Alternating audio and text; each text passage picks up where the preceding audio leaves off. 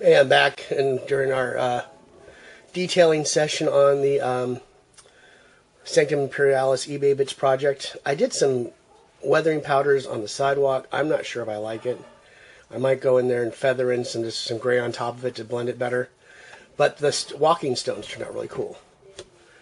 I have no idea how many colors I've been working on. Excuse the drag. 1, 2, 3, 4, 5, 6, 7, 8 different colors, just layering them and different things, just trying to get a natural stone look and see, what it would look like with having the dirt from the ground on top of it, ground in. And I think we did pretty good. So that is it for right now. And I just use the same technique as I did with the rust, just layering it with the alcohol. I did a brush method, and also I used the travel bottle just to saturate the whole area.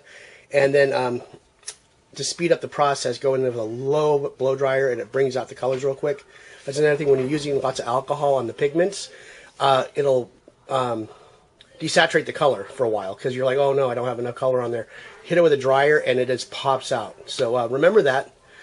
Make sure that the pigment is dry before you determine that's what you want, because it does change as soon as all the moisture comes out. And alcohol is the best thing for that. It's fast. So thanks again, and we'll be back. Well, I did really like how the sidewalks turned out with the strictly using the pigments on there.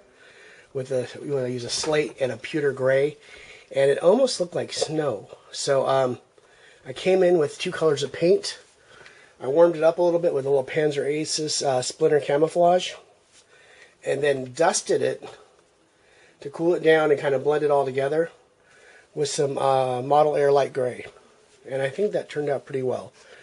I like the stones. I don't know, I might go in here with some more earth, but still we're going to do some static grass and some flocking in there, so that'll kind of block all that out. But so far, I think we're almost at the end of the road with this. And I actually dusted the back of this too with a little bit of the warm and the cooler grays, just to kind of pull it all together, and the rubble piles. And you can see how that door turned out. That's been matte varnished, so that's done. And I might do some more detail in here. I don't know if it's really necessary. I can keep going on these things forever and ever. There's tiny little things everywhere on these models. They're a lot of fun to do. And thanks for watching. That's it for now. Thanks. Hey, I'm back.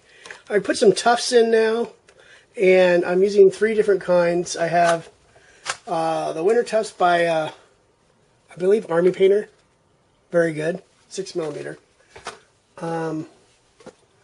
The Citadel Midland Tufts, and ones I would never use again are the Citadel Mordheim Tufts. They look cheap, and they have like a white underneath them you cannot avoid. Let's see. Yeah, you can see it from right here. Let me see if I get a little popsicle stick going. See that little white area? Wherever those were put in, you can see it. All the other ones are really good quality, and they don't get blocked or anything. And another one right there, it just doesn't want to glue down right, and that stuff sticks out. I'm going to try to repair it with some pigments. I got some Italian umber and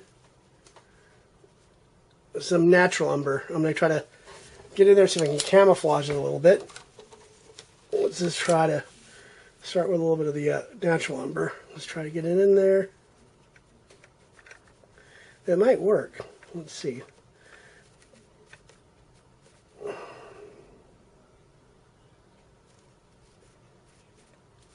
Let's see how that works. Let's do the spraying technique.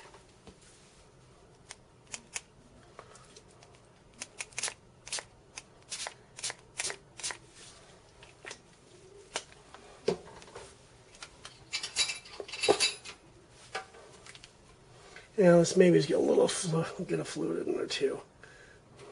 Let's see, get a little, put the direct patch of that in there.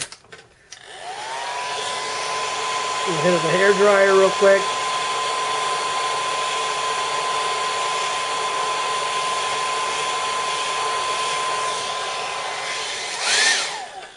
And actually, I think that makes it look better. It took away that white little stick. I mean, it actually looks like a little bit of like turned up dirt, like makes it a little more natural.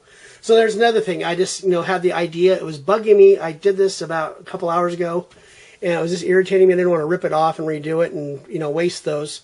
So I thought, yeah, let's go put some pigments on it and see what happens, and I think that turned out pretty nice. So I'm going to go repair the other side. I can do that on camera real quick. Let's see.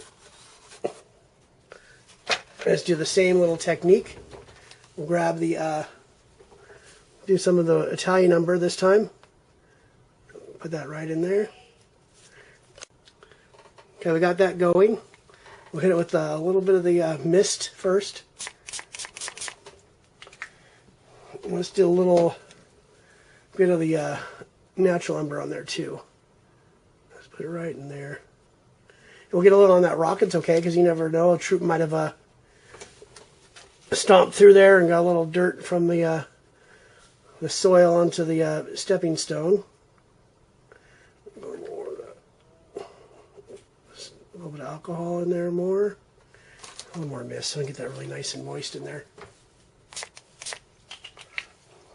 And get the dryer. Always use the dryer on low. You don't want to blow that. And the alcohol really does set it really well.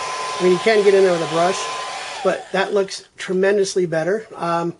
Please comment and subscribe. I hope that can help some of you people out there that are using these tufts, and gives it a little more realistic and look and plausibility. And I'm going to probably just touch up the rest of them with that, even though they don't need it, just to give it a little more natural look to it.